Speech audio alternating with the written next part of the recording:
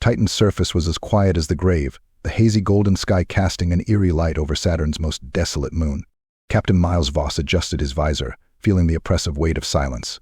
Here on the final human outpost on Titan, he and his platoon were cut off from Earth, cornered by an alien force known for obliterating any planetary outpost that dared resist their iron will. "We're all that's left, men," Voss called out, his voice rough but unwavering as he surveyed his crew. Each of them knew the stakes. Each of them knew the odds.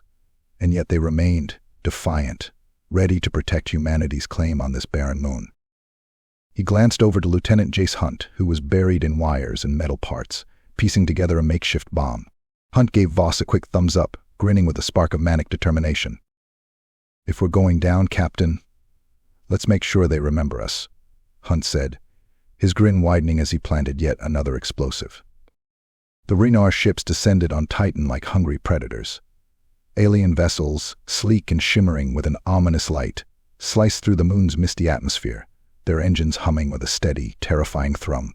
The human outpost trembled with the low-frequency vibration, and Voss felt it in his bones. These were no mere scouting ships. The Renar had come to finish what they'd started. "Everyone to your positions," Voss commanded over the comms, his tone both steely and calm. The platoon members scattered into the rugged terrain, each finding their assigned spot within the trap-laden perimeter they'd set up. The first wave of drones appeared, small, fast-moving orbs equipped with sensors and plasma turrets. The humans lay low, waiting in tense silence. The moment the drones entered the kill zone, Voss gave the signal. A series of synchronized explosions erupted, sending drones hurtling through the air as pieces of debris rained down. The few that survived began firing erratically, but the humans had already relocated, darting through the maze of boulders and crevices they'd made into their own battlefield. "Excellent work, Hunt," Voss praised. "They're disoriented. Keep up the pressure." But the Renar weren't easily deterred. As more drones poured in, accompanied by armored ground units, Voss and his team found themselves caught in a relentless onslaught. Plasma bolts zipped past, lighting up the twilight, and the air filled with the acrid smell of scorched rock and burning machinery. Hunt crouched next to Voss, breathing heavily as he wiped a layer of dust from his visor. "This feels like only the beginning, Captain." Voss's jaw tightened. "It is. We're about to see what these Renar really came for." The second wave arrived with the Renar ground troops. Hulking figures, clad in black armor that absorbed light, making them seem like shadows among the golden haze. Voss knew the Renar weren't used to guerrilla tactics. Their victories across the galaxy had been swift, straightforward occupations, rarely contested by organized resistance. But Titan was different. "Lieutenant, trigger the mines on my mark," Voss ordered as he watched the Renar formation draw nearer, like ants crawling into a trap. The moment the Renar forces stepped within range, Voss shouted, "Now." Hunt detonated the explosives, triggering a deadly chain reaction. The ground erupted in a massive explosion that sent Renar soldiers flying. Debris and smoke filled the air as screams echoed through the canyon.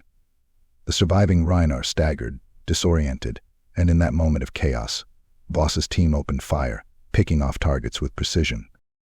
But the Renar regrouped faster than expected. Within minutes, they returned fire with devastating force, forcing the humans to fall back to their next position.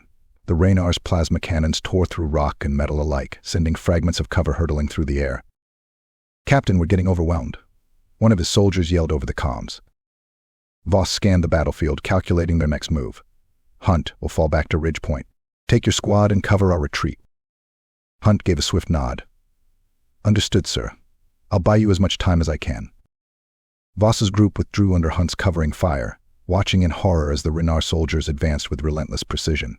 They weren't just taking ground. They were pushing the humans into a corner. Hours passed with constant skirmishes, and the humans began to feel the strain.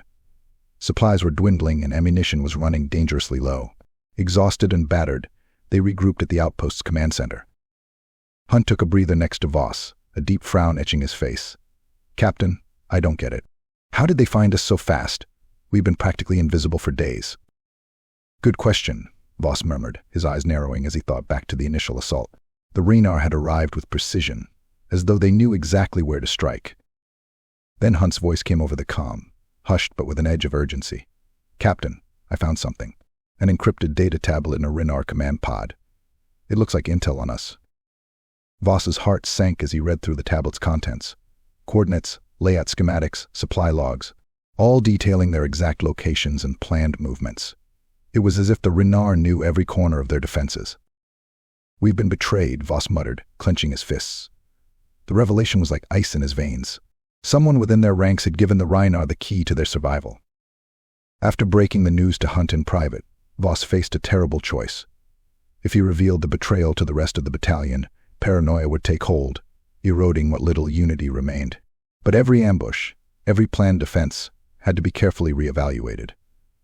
Their strategies were now useless if the traitor continued feeding intel to the enemy. Voss called an emergency meeting, bringing only his most trusted soldiers, Hunt included, to a secluded section of the outpost. "There's a rat among us," Voss began, his voice low but sharp. "And they've given the Renard everything they need to take us down." Silence fell as the men exchanged wary glances. Hunt spoke up, his face a mixture of anger and frustration. "Captain, how are we supposed to find the traitor when we can't trust anyone?" Voss hesitated, his mind racing. "We don't need to find him yet. We just need to keep him close and watch his every move. As of now, all intel stays with us, no exceptions." Tension hung thick in the air as they returned to their squads, the unspoken suspicion lingering like a shadow. Voss's mind raced through the names and faces of each soldier, searching for signs, clues. But everyone was a suspect. The following day, the Renard launched another offensive.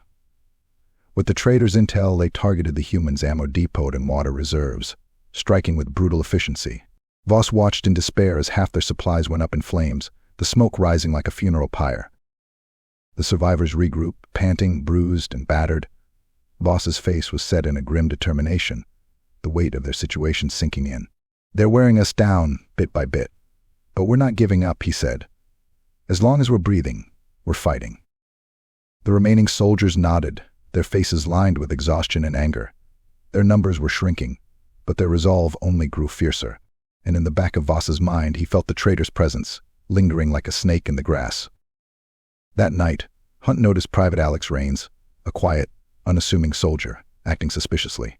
While the others rested, Rains slipped away from camp, moving with stealth toward the outskirts where a Renard beacon had recently been discovered.